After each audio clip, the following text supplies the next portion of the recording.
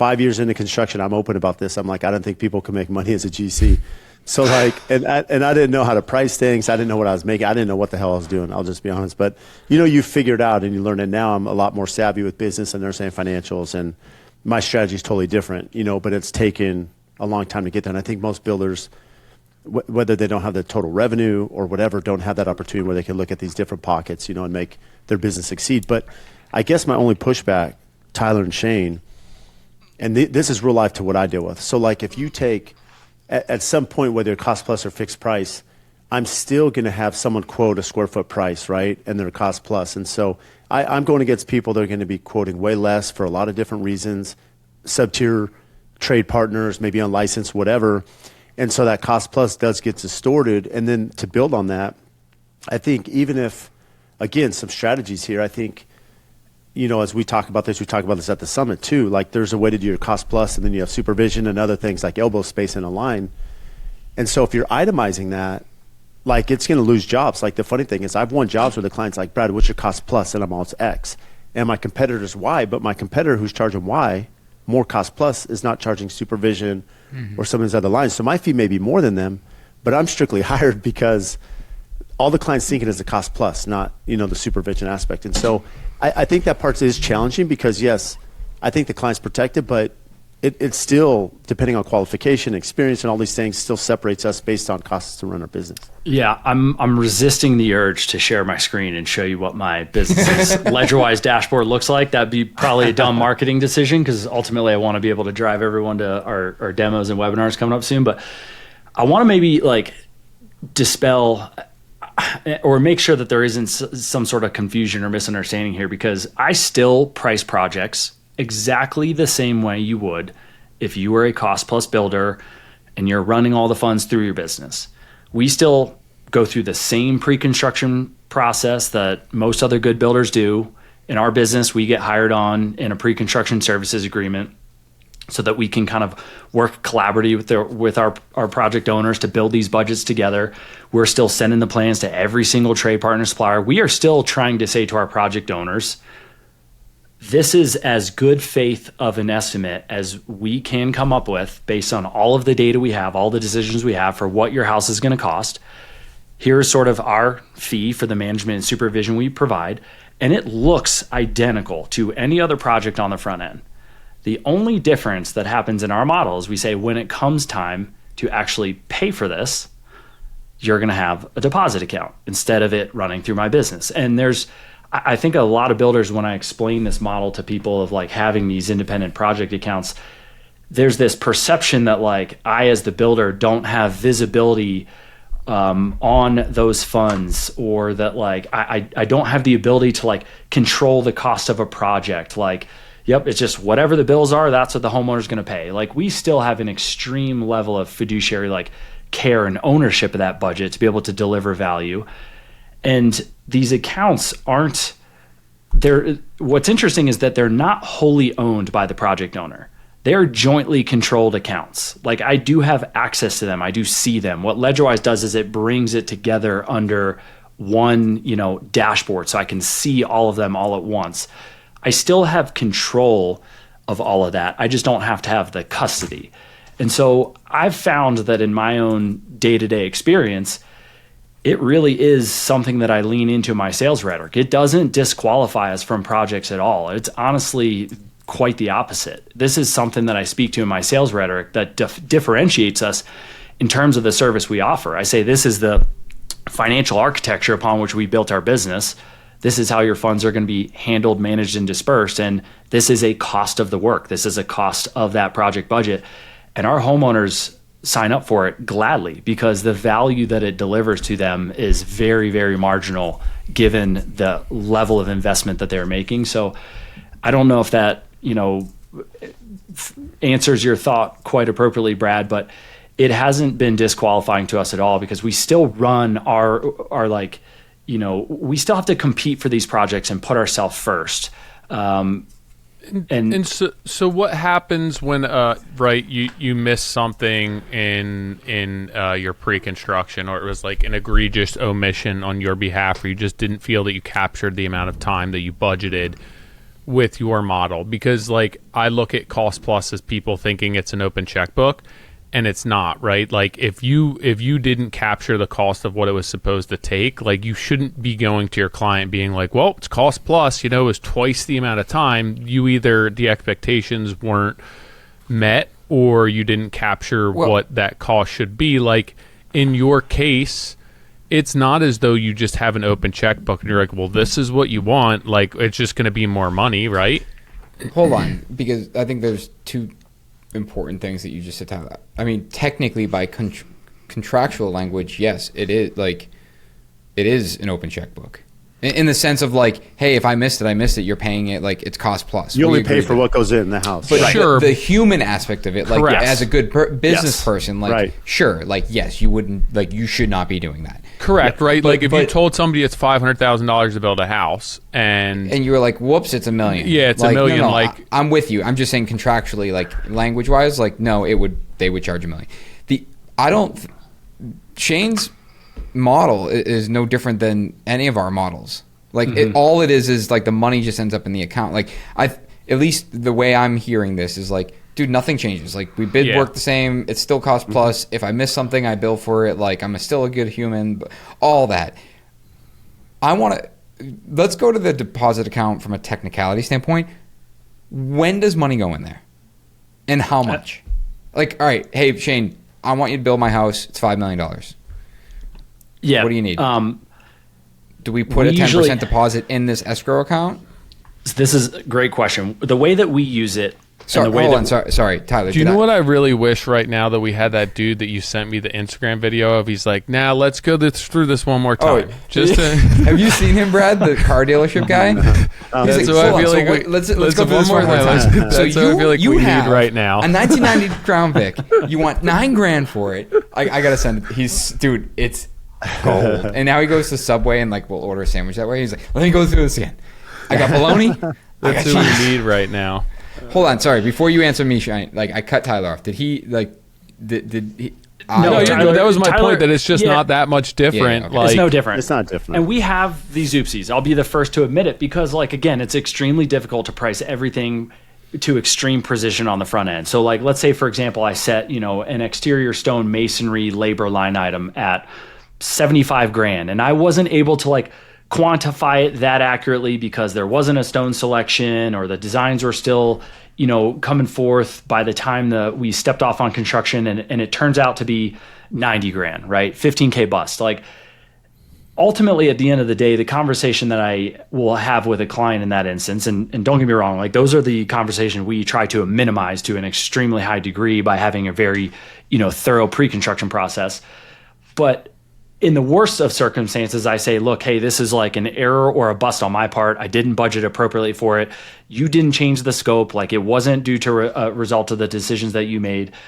Oftentimes I do rely on like, hey, this is a price that was set, oftentimes like 18 months before the work transpired. So there's a lot of times where like you miss budget marks just because of the amount of time that passes.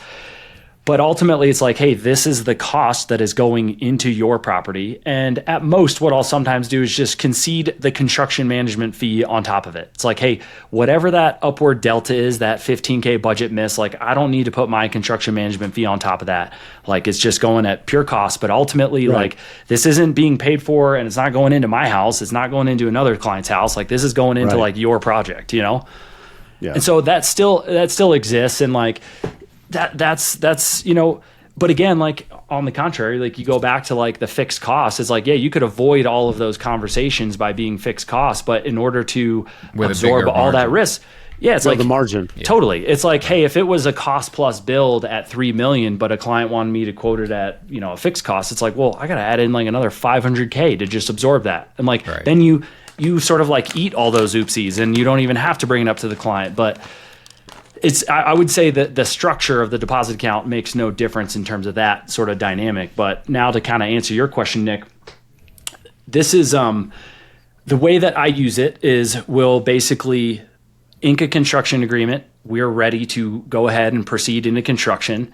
And I will usually set aside a sum of funds that's equivalent to the burn rate of the project. So meaning if it's a $5 million build and it's over 24 months, I will contractually tell my clients we need to maintain a minimum of 150K balance, right? So they will basically will open the account. Knowing that you're going to burn about 150K a month. Correct. Or per billing period. Correct. And usually that's sort of how it works. And, so hold on, because like, understood, heard, like contractually, hey, 150.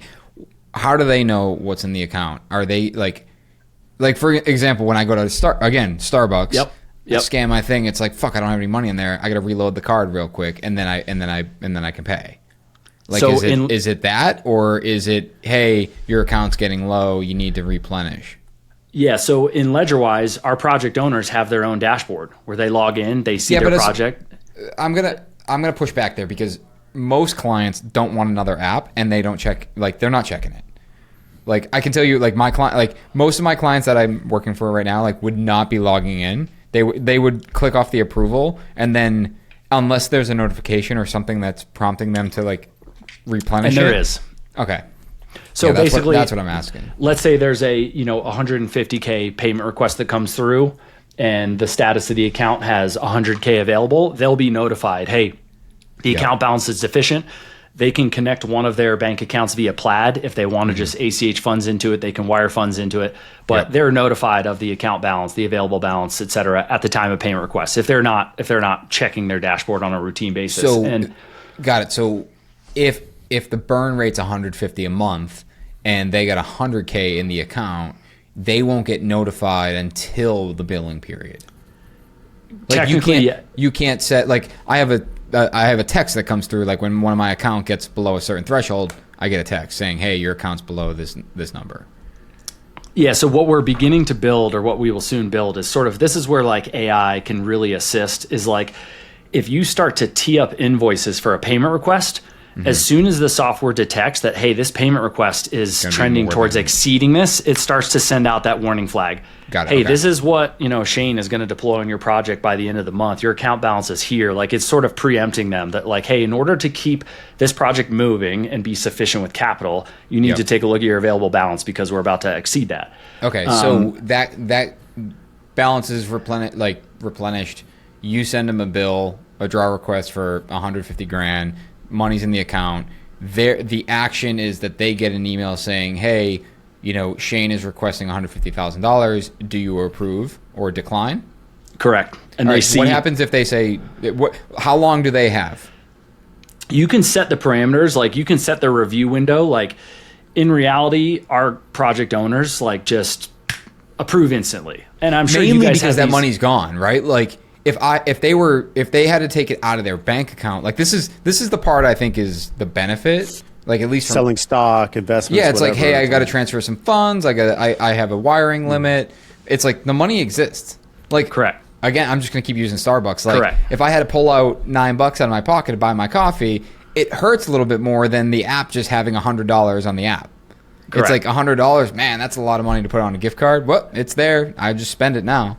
Correct. But, and so I'll take a step back, because we're beginning to use these accounts in sort of two different ways, where now we're actually saying to our project owners, we would like to collect a security deposit of, say, 100 grand that comes into the account, and it gets sort of like ring fenced and set aside. This is the 100K that sort of acts as collateral. This is like protection in case someone was to like hit the eject button, which I did have happen to me on a project. I want to tell a quick story, because I think it's worthwhile in the context of this conversation. I had a project owner.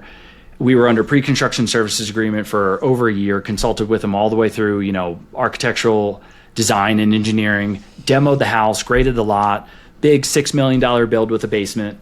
On the night before, our shoring contractor was going to mobilize to basically install shoring to dig the basement, I got an email from him, and he just said, hey, this project is no longer viable for me. Like, cancel effective immediately. Just Did he happen to move to Boston? I had no sort of like red flags or indicators that he'd be sort of like, standing us up on the altar. And I never really even got an answer from him as to why, because from that day forward, he just like ghosted me. I mean, for the next 6 weeks, Did he ever build the house? No. So he sold the lot, but for the next 6 weeks, like he didn't respond to a single email, single text, single phone call. It was like he sent that email, disappeared off the face of the earth. And I had... Did you have, you had a deposit? We had funds in his escrow account, and there was actually about $95,000 worth of bills outstanding at the time. And so I sort of felt secure because I always knew he can't unilaterally move his funds out of this account. That's the benefit of these jointly controlled deposit accounts, is that a project owner couldn't just go in there and sweep the money out of it without the builder approving to that. Okay. So they can put it in, but they can't get it out unless you both agree. Correct. You have to approve it. Yeah. Correct. So Correct. what, I forget what our language is, but for the sake of the conversation, it's, if someone cancels a contract, we are entitled to a pretty substantial portion of the fee. Right, a liquidated damages clause. Yeah, basically, if you cancel the contract, we keep 30% of the fee or something like that, which is a lot of money, basically encouraging them not to quit. But it also that's happened to us, well, I guess technically twice. And if we didn't have, we would have been fucked because it was an 18-month project and we had nothing to do. Because there's a huge opportunity but you cost. didn't have that. I didn't have that in my... No, I was... Account. No, and that was the lesson I learned on that project, is I didn't have that sort of liquidated damages clause. Where just a cancellation clause. A cancellation for convenience is really what it comes down to. Yeah. But what I guess to circle this back to Brad's point, if you don't have a big enough deposit in this account, forget the burn rate. Right. Assume that you're going to burn through the 150K. If you don't have anything above and beyond that, if there's a lot of exposure. That's the exposure. Is and if someone cancels for convenience, they're yeah, fuck it, sue me for it. And that's why we now have, when you set up a project, you can hold a security deposit. That's what you set aside. That's sort of ring fenced, that acts as that collateral, right? And that's the same thing where if you say, hey, I want to take that security deposit, you both have to agree to it. Correct. And that's all right, let's play that out. You have a $500K security deposit. This guy cancels. You pay all your bills. You sweep the burn, and then now there's this $500K sitting there, and you're hey, I want that. He's got to approve it, and he's disappeared. Yeah, correct. I mean, that's where it gets to the point that if there's a dispute and you can't come to a resolution through mediation or whatever, in that instance, that's why it would be in the contract. Then you go to mediation. Then it's dude, it's in the contract. You own 30% of that. Correct. Bounce. Yeah, got it. Okay. It's still far better than a builder getting left high and dry and they don't have any of those funds. No, 100%.